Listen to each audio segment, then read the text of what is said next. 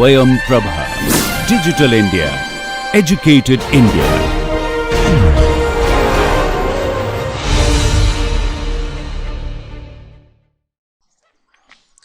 In this lesson, I'll work out the sinusoidal steady-state response of a first-order circuit, a first-order system in general, using the three methods we have discussed, and show you how one using the complex exponential is the easiest, most convenient.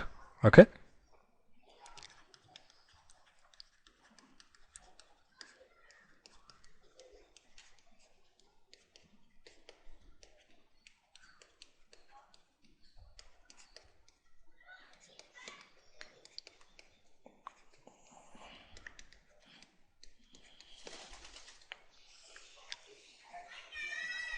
Let's take this first order circuit as an example, but the analysis applies to any first order system.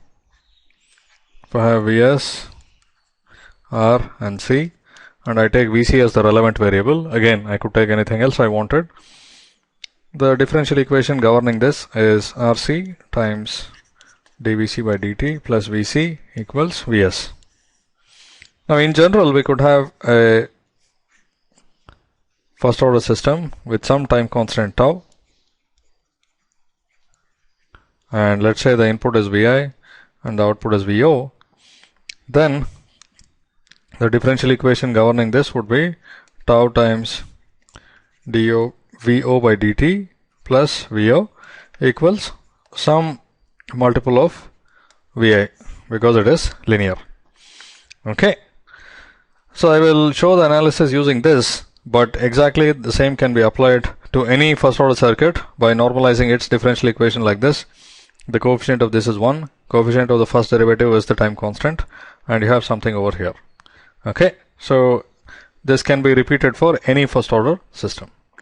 So now let's say Vs is Vp cos omega t plus phi, to be most general. Now our differential equation says that Rc times dVc by dt plus Vc equals Vp cos omega t plus phi. Okay. Now we have already discussed this. We have Vc and its derivative. We can have some trigonometric function here, either sine or cos. If we have sine, the derivative will be cos, and if we have cos, the derivative will be sine. So in general, Vc itself has to be a linear combination of sine and cos, so that this equation can be satisfied. Okay. So Vc is, let's say, some alpha cos omega t beta sine omega t. Okay. Now of course this omega is exactly the same as that one. Okay, because when you differentiate it, this omega will not change. Okay, so you have to take the same frequency for these sinusoids as well. So now let's use this in the left hand side and try to balance the terms.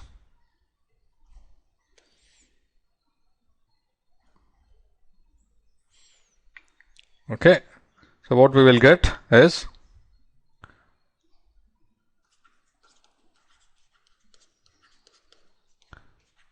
this is what we have on the left side, and the first of these terms, this will give you Rc times beta omega cos omega t minus alpha omega sine omega t, and this term will give you plus alpha cos omega t plus beta sine omega t, and finally on the right side we have Vp cos omega t plus phi, so that has to be equal to Vp cos phi times cos omega t minus Vp sin phi times sin omega t. Now you have cos omega t and sin omega t on the right hand side as well as the left hand side. So the cos omega t has to be balanced by cos omega t. Similarly, sin omega t has to be balanced by sin omega t. So we have two equations. This plus that gives you that one, and this plus that gives you that one. Okay.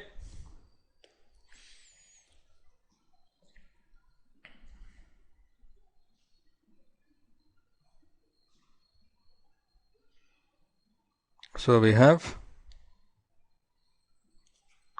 beta times omega CR plus alpha equals Vp cos phi and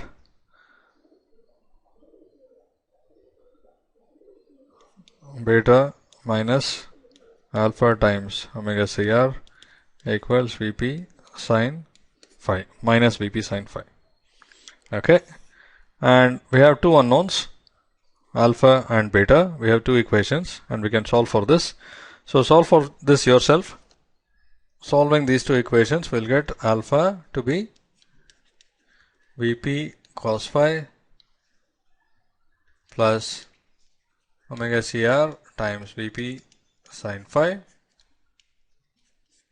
times 1 over omega CR square plus 1, and beta is omega CR times Vp cos phi minus Vp sin phi and divided by omega CR square plus 1. Okay. Now, so the solution is, we know it is alpha cos omega t plus beta sin omega t, which can also be written as square root of alpha square plus beta square. That will be the amplitude of the sinusoid times cos omega t, and there will be a phase shift which is minus tan inverse beta by alpha. Okay. And these are alpha and beta. Again, I will let you compute this square root of alpha square plus beta square and tan inverse beta by alpha. Okay. It turns out that square root of alpha square plus beta square is Vp divided by square root of 1 plus omega CR square. Okay. And minus tan inverse beta by alpha equals phi minus tan inverse omega CR. Okay. So finally, you will find that the steady state response is Vc of t is Vp by square root 1 plus omega CR square cos omega t plus phi minus tan inverse omega CR. Okay. Now the input Vs was Vp cos omega t plus phi. Okay.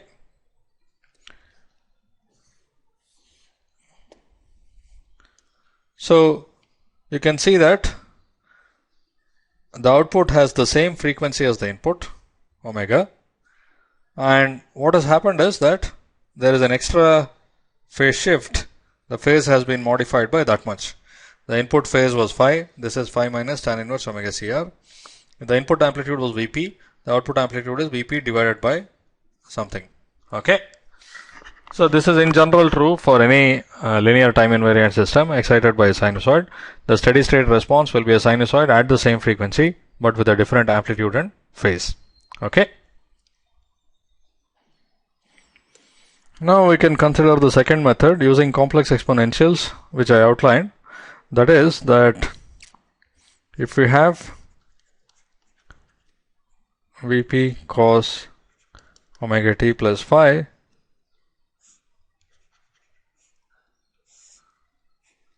exciting a first order system in general, I'll take the RC circuit as an example. We want to find the steady state part of the response. Now we can think of this cosine as Vp by 2 exponential j omega t plus phi plus exponential minus j times omega t plus phi. Okay. Now, if we are finding out only the steady state part of the response, we can use superposition. You can think of this as combination of two sources, exponential of plus j omega t plus phi, exponential of minus j omega t plus phi. So, if we have Vp by 2 exponential j omega t plus phi, it's very easy to write down the steady state response. What is Vc? We know that for an input of Vp exponential st, the steady state response is Vp by 1 plus SCR exponential st. And it's exactly the same thing we have here. The input is Vp by 2 exponential j phi. Remember, the argument here is proportional to time, so that part will isolate. So this is Vp by 2 exponential j phi, which is multiplying factor to exponential j omega t. So the steady state response corresponding to this is this S here is basically j omega over there. So we will have this part of it, which is Vp by 2 exponential j phi, whatever the amplitude is, divided by 1 plus j omega cr times exponential j omega t. Similarly, if we have Vp by 2 exponential minus j times omega t plus phi as our input, which can be written as Vp by 2 exponential minus j phi exponential minus j omega t, the response would be Vp by 2 exponential minus j phi divided by 1 minus j omega cr exponential minus j omega t. So all I do is, in this solution, I have to put S equals minus j omega. That's all. Okay. So the steady state response is simply the sum of this and that one.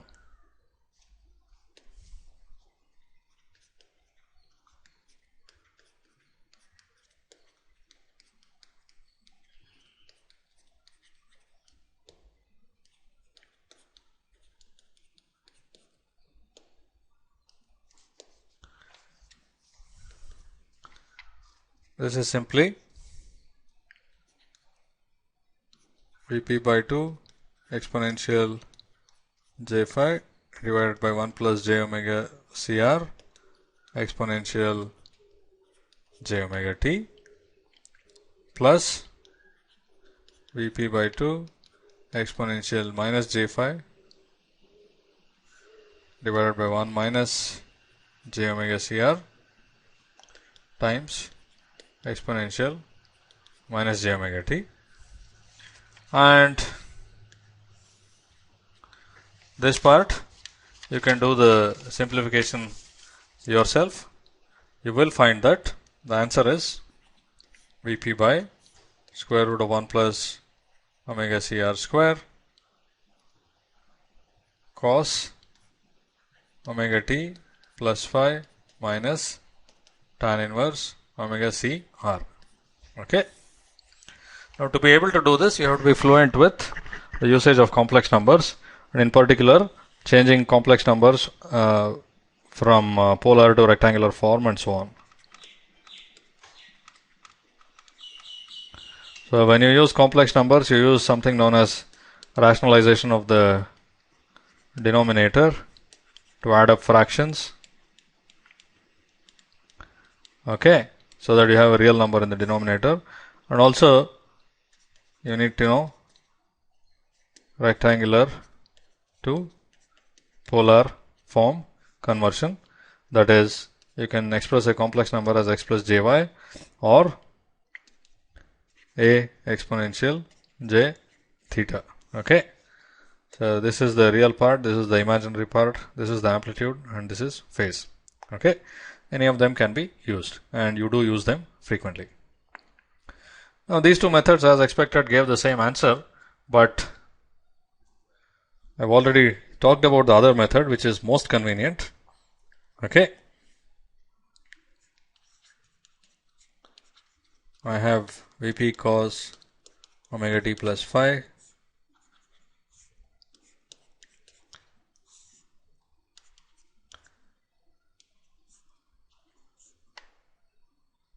going into R and C of an RC circuit, and I want to find the response Vc. Let's imagine another circuit to which we apply jVp sine omega t plus phi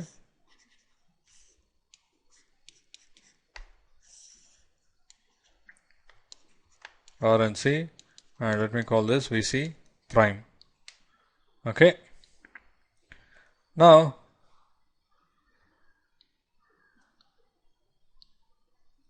if I take a third circuit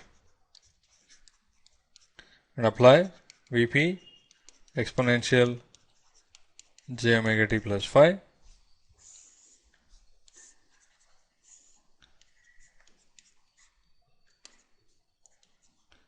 I'll get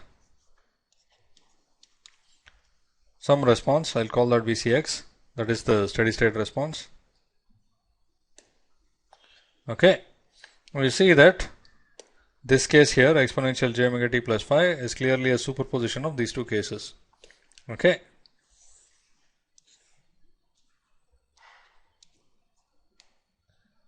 Okay. So this Vcx is nothing but, because if I add these two, Vp times cos omega t plus phi plus j times sin omega t plus phi, I get Vp times exponential j omega t plus phi. Okay. So Vcx is simply Vc plus Vc prime. Okay. Now everywhere we have only real coefficients, real r's and real c's. The only place where j square root of minus 1 appears is over there. Okay. So in this Vcx, we'll have Vc, which is purely real, and Vc prime, which is purely imaginary. Okay. Vc prime will be j times some Vc double prime. Okay. And the answer we want to find is Vc, and that can be easily found as real part of Vcx. Okay. Now the reason to do it is as usual, because the response to an exponential is very easily determined for a linear differential equation. So you do it with a particular kind of coefficient with j omega instead of sinusoid of omega, and then you find the real part, and that's the solution. Okay, this is even easier than the previous case where we superpose two complex exponentials. We don't even need two, one is enough. The response of this can be written down again quite easily, because we know that Vp exponential st has a steady state response. Remember, I am only talking about steady state response here. Vp by 1 plus SCR times exponential st. Now this here, which is Vp exponential j phi exponential j omega t, has a steady state response. Okay, I have taken out exponential j phi to be sort of part of the multiplying factor. I'll have Vp exponential j phi divided by 1 plus j omega cr. So S is j omega, that's all. S is j omega over there. So this times exponential j omega t. Okay. So what is Vc after all? Vc is real part of Vp exponential j phi exponential j omega t by 1 plus j omega cr. Like I said, you have to be fluent with converting from rectangular to polar form and so on. I will show that here how it is useful. So this is the solution. Okay. So first of all, this rectangular form, right? Let's say you have complex numbers.